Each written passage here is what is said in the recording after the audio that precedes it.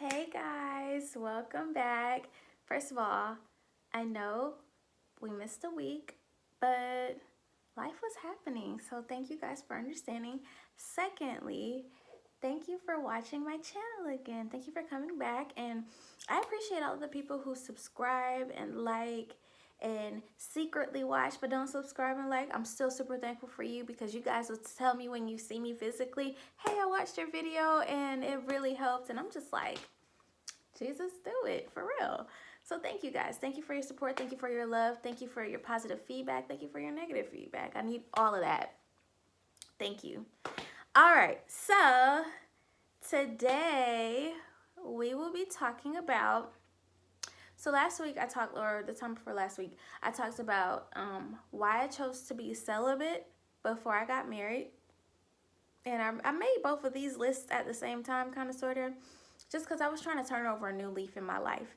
So, yeah, my little cute little side situations. They just trying to do their own thing today. It's fine. It's fine. So today we'll be talking about personal boundaries. First of all, let me just tell you, personal boundaries are so needed for so many reasons, but mainly just so that you as an individual don't get mistreated, because when you don't set standards, people just feel like they can treat you any kind of way. And technically they can, because you don't know what you deserve or what you want. So if you don't tell them, how will they know, you know? Secondly, it is definitely important to have boundaries, because where the object of a, where the, how did Miles Monroe say it? Miles Monroe said, where the, y'all, I am blanking right now. Basically, in so many words, he was saying when you don't know the reason for something, abuse can set in. And that's a lot of times what happens to people. People will be in relationships or with friends and stuff, and they'll be cool for a long time, but over time, comfort breeds contempt. Meaning, like, because you guys are comfortable, you don't feel like you got to treat the people closest to you with the utmost respect. And over time, that person kind of gets annoyed, and it's like, well, I feel like they don't like me, or I feel like they don't respect me, and then one day they just kind of blow up. It's because you never set your standards and stuck by them. So I'm saying all that to say, write a list, write the vision, make it plain.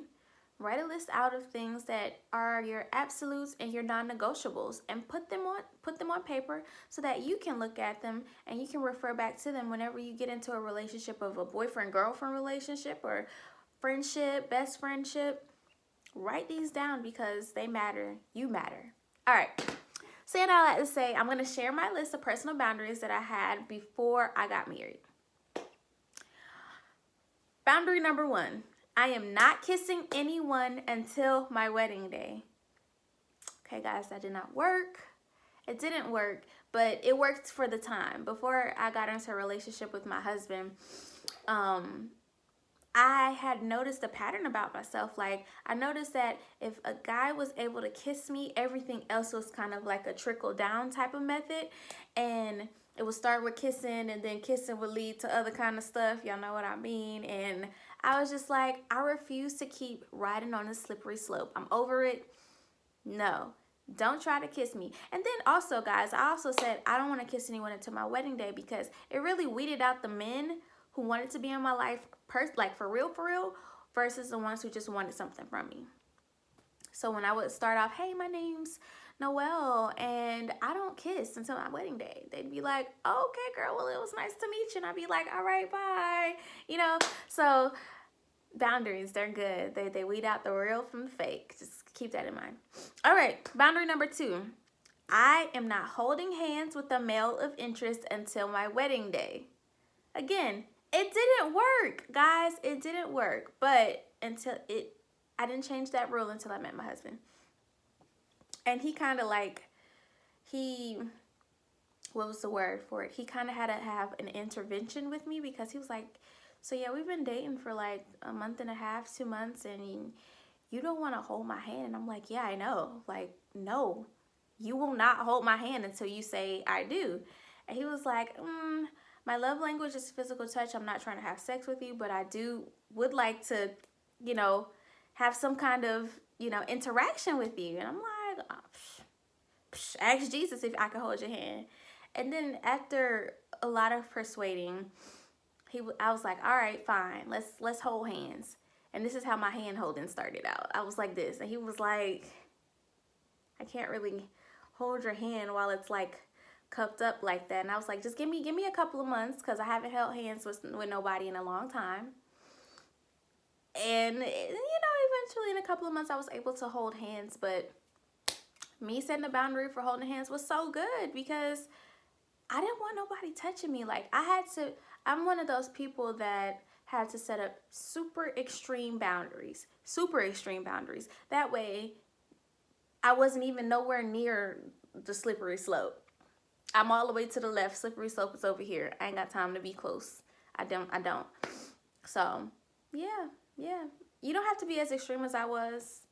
And everything is tentative to change. But at the same time, do your best to stick to your guns.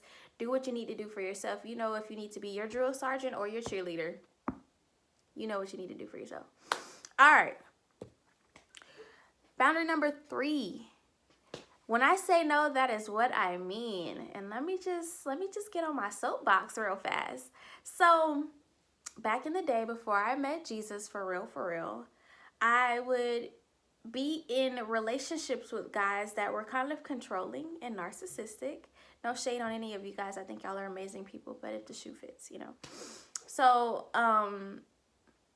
yeah, and it was so crazy, because when you're out doing what you're not supposed to be doing, the devil will have you really blinded. So I used to like guys being controlling, like I used to like it. I used to kind of get a rise off of it or whatever.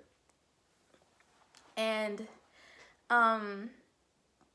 as I began to transfer my life over to Jesus and everything, the things that used to work for me no longer worked for me anymore.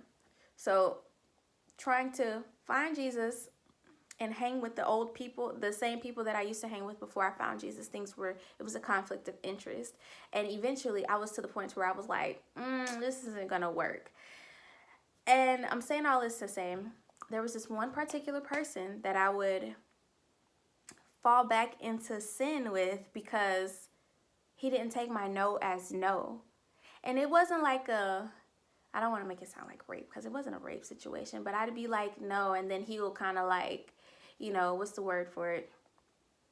Schmooze me over. You know how guys do. You'd be like, I'm good. And they'd be like, you sure you good? And then you kind of be like, am I good?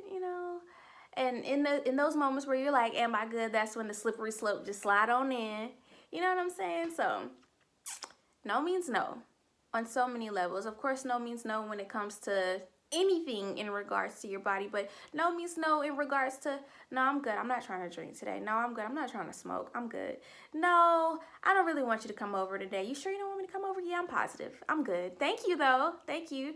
And also, when you say no means no, don't let anybody make you feel bad for you saying no. You are setting your boundaries for yourself.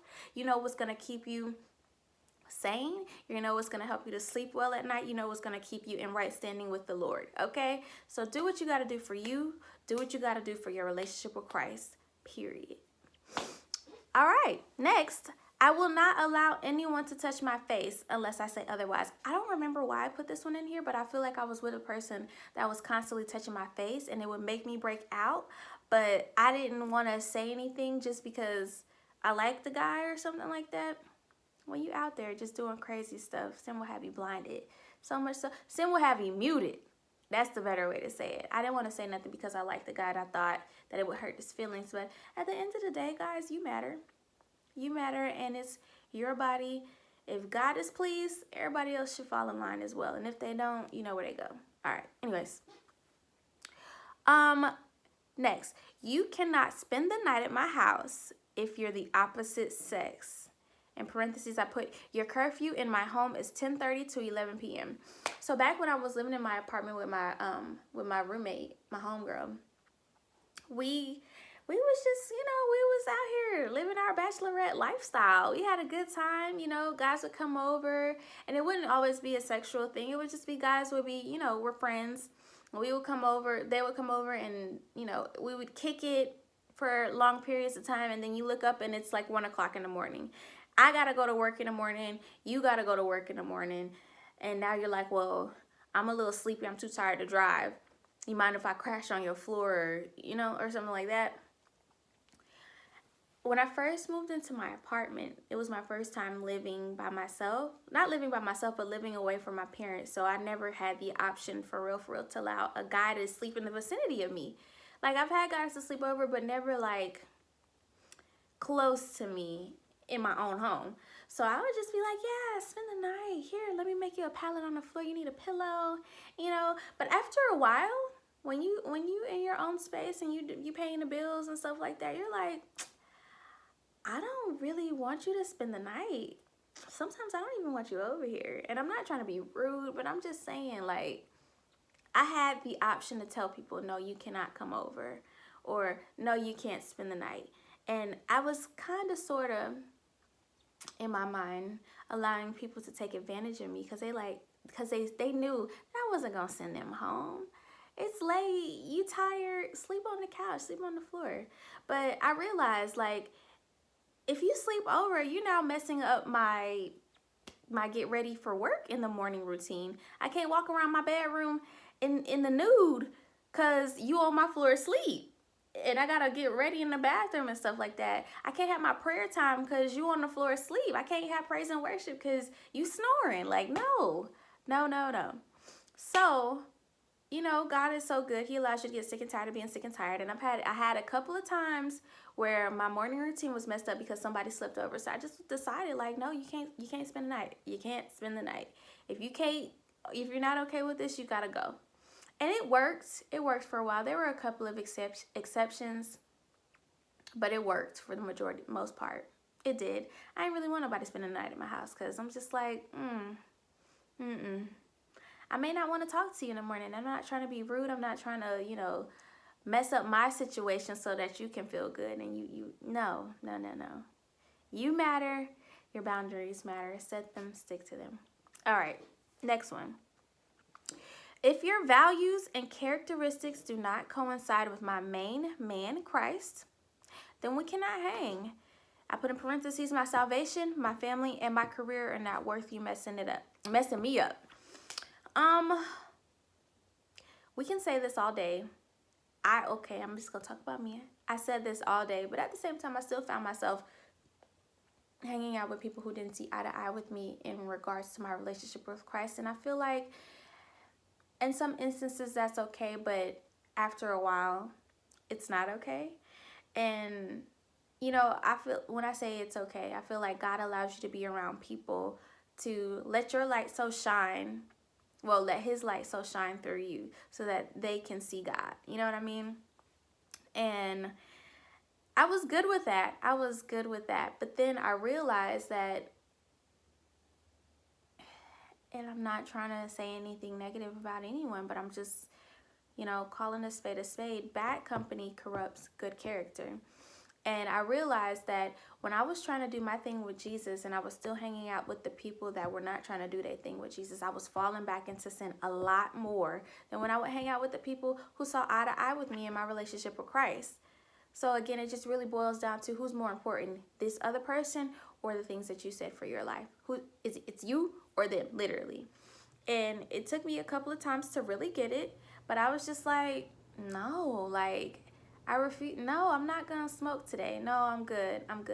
Let me just hang out with my sister over here who go to church with me because she ain't gonna ask me if I want to smoke. Also, at the time, I was like, still, when you're coming to Christ, you be a little weak. And I feel like it's not even when you're coming to Christ. It's just in your relationship with Christ.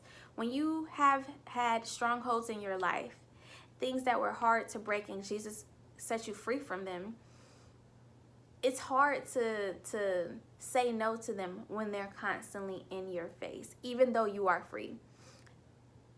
Thank you, Holy Spirit. If you put a steak in front of a hungry man, they gonna eat. You see what I'm saying? And yes, God is the bread of life. He is the fountain that never runs dry. But at the same time, it's like, how long before you fall into the thing?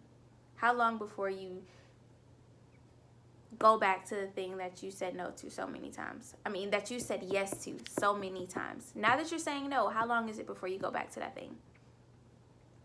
The Bible says that the devil is like a lion, a roaring lion, prowling, seeking whom he can devour. And it's situations like putting yourself in things that you used to do, putting yourself in situations that you used to do that you don't do no more, that is ammo for the devil. So you just gotta really decide, is God more important right now? God and the Holy Spirit and being spirit led more important, or is me fulfilling my fleshly desires, drinking, smoking, having sex more important? You know, if you know you're gonna be in situations like that, just cut it. That, in the way that you cut situations like that, cut the people that be introducing you to them situations. Cut it. It's okay. Pray for them. Jesus will get them saved one day prayerfully. Like, if it's up to them, but cut it. All right. Next, if you're I'm sorry, I wrote it down. My bad.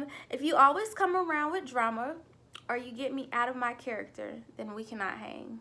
Back in the day, I used to be like a drama magnet. Like, don't get me wrong, I was never personally in drama like that, but people in their situations, they would come around with drama, and I'm empathetic, and I feel like just women in general are empathetic, but I would take on their situation as my own. Not take it on as in, oh, I'm about to go and jump their boyfriend with them. No, I would really feel for my friend and be like, okay, like, dang, you ain't got no money to pay your rent. Like, let me try to help you find some money to pay rent. Dang, she can't pay her rent and I'm stressed out. And I was like, after that happened so many times, I'm like, I got 99 situations of my own and I don't need one of yours to be like a part of that. No, I liked peace and nobody is worth your peace. Plain and simple. If they can't, you can go to God for them, but after you go to God for them, leave it at the altar. Pray. Drop it there. Don't pick it up again, because that will stress you out and it ain't even your situation. Make decisions for yourself on your peace and what is going to keep you in an amazing frame of mind. A frame of mind that is holy, acceptable, honorable, lovely. You know what I mean? You know what you got to do for yourself. Don't shortchange it. All right. Sorry, guys. I just be going on a tangent because it be real. It's real. Okay, I'm going to stop right there. Tune in for the next set because I got like 5 more and we're going to talk about it. And thank you for watching. Thank you for subscribing. See you next video.